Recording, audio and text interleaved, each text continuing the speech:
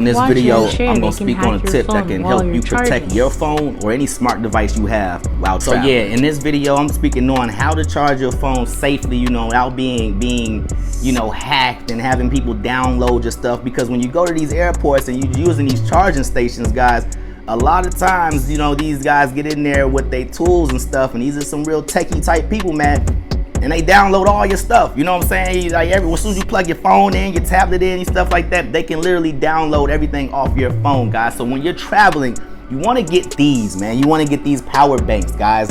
If you see, it don't matter if you got iPhone, Android, whatever phone you may have, these work, okay? You charge these up, and then while you can literally walk through a desert and charge your phone if you got one of these, okay?